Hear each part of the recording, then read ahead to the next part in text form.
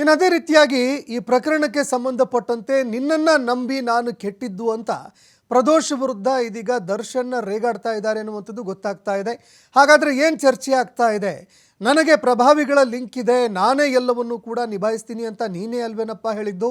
ಹೀಗಾಗಿ ಕೊಲೆ ಕೇಸನ್ನು ನಿಭಾಯಿಸುವ ಹೊಣೆಯನ್ನು ಹೊತ್ಕೊಂಡು ನೀನು ನಮಗೆ ಎಲ್ಲ ನಿಭಾಯಿಸ್ತೀನಿ ಅಂತ ಭರವಸೆ ಕೊಟ್ಟಿದ್ದೆ. ಆದರೆ ಏನಾಗೋಯಿತು? ನಿನ್ನಿಂದಾಗಿ ನಾನು ಜೈಲಿಗೆ ಸೇರುವಂತಹ ಒಂದು ಪರಿಸ್ಥಿತಿ ಬಂತು ಅಂತ ಪ್ರದೋಷ್ ವಿರುದ್ಧ ಇದೀಗ ದರ್ಶನ್ ಅವರು ರೇಗಾಡ್ತಾ ಇದ್ದಾರೆ ಅನ್ನುವಂಥದ್ದು ಗೊತ್ತಾಗ್ತಾ ಇದೆ. ನಿನ್ನನ್ನು ನಂಬಿದ್ದಕ್ಕೆ ನಾನು ಕೆಟ್ಟೆ, ಕೊಲೆ ಕೇಸ್ನಲ್ಲಿ ಹೊಣೆಯನ್ನು ನಿನಗೆ ಕೊಟ್ಟಿದ್ದಿದ್ರೆ, ನಿನಗೆ ಕೊಡದೆ ಹೋಗಿದ್ದಿದ್ರೆ ನಾನು ಜೈಲು ಪಾಲಾಗಿರ್ತಿರ್ಲಿಲ್ಲ, ನಾನೇ ಹೊಣೆಯನ್ನು ಹೊತ್ತಿದ್ದಿದ್ರೆ ಈ ಪರಿಸ್ಥಿತಿ ಇವತ್ತು ನನಗೆ ಬರ್ತಾ ಇರಲಿಲ್ಲ ಅಂತ ಪ್ರದೋಷ್ ವಿರುದ್ಧ ರೇಗಾಡ್ತಾ ಇದ್ದಾರೆ ಅನ್ನುವಂಥದ್ದು ಗೊತ್ತಾಗ್ತಾ ಇದೆ.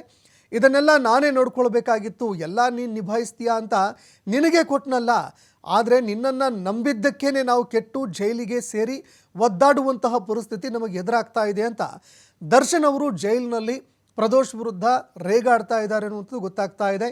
ನನಗೆ ಪ್ರಭಾವಿಗಳ ಲಿಂಕ್ ಇದೆ ಅಂತ ಹೇಳಿ ನಮ್ಮನ್ನೆಲ್ಲ ನಂಬಿಸಿ ನೀನು ಕೆಡಿಸ್ಬಿಟ್ಟೆ, ನಾವು ನಿನ್ನಿಂದಾಗಿ ಜೈಲು ಪಾಲು ಆಗುವಂತಾಯಿತು ಅಂತ ಪ್ರದೋಷ್ ವಿರುದ್ಧ ಅವರು ರೇಗಾಡ್ತಿದ್ದಾರೆ ಅನ್ನುವಂಥದ್ದು ಗೊತ್ತಾಗ್ತಾ ಇದೆ. ಮತ್ತೊಂದೆಡೆ ಪ್ರದೋಷ್ ಇದೀಗ ಎಚ್ಚೆತ್ಕೊಂಡಿದ್ದಾರೆ. ಪ್ರದೋಷ್ ಈಗ ನಟ ದರ್ಶನ್ ವಿರುದ್ಧ ಎಲ್ಲ ಆರೋಪಿಗಳನ್ನು ಎತ್ತಿ ಕಟ್ಟುವಂತಹ ಕೆಲಸವನ್ನು ಮಾಡ್ತಾ ಇದ್ದಾರೆ, ಬೇರೆ ಆರೋಪಿಗಳನ್ನು ತನ್ನ ಪಡೆಗೆ ಸೇರಿಸಿಕೊಳ್ಳುವಂತಹ ಕೆಲಸವನ್ನು ಮಾಡ್ತಾ ಇದ್ದಾರೆ ಅನ್ನುವಂಥದ್ದು ಗೊತ್ತಾಗ್ತಾ ಇದೆ. ಹೀಗಾಗಿ ಪ್ರಕರಣಕ್ಕೆ ಸಂಬಂಧಪಟ್ಟಂತೆ ಚಾರ್ಜ್ ಶೀಟ್ ಸಲ್ಲಿಕೆ ಆಗೋವರೆಗೂ ಕಾದು ನೋಡಬೇಕಾಗತ್ತೆ. ಅಲ್ಲಿಯವರೆಗೆ ಕಾದು ಏನೇನು ಆಯಿತು ಅನ್ನುವಂಥದ್ದೆಲ್ಲವೂ ಕೂಡ ಇಂಚಿಂಚಾಗಿ ಹೊರಬೀಳಬೇಕಾಗಿದೆ.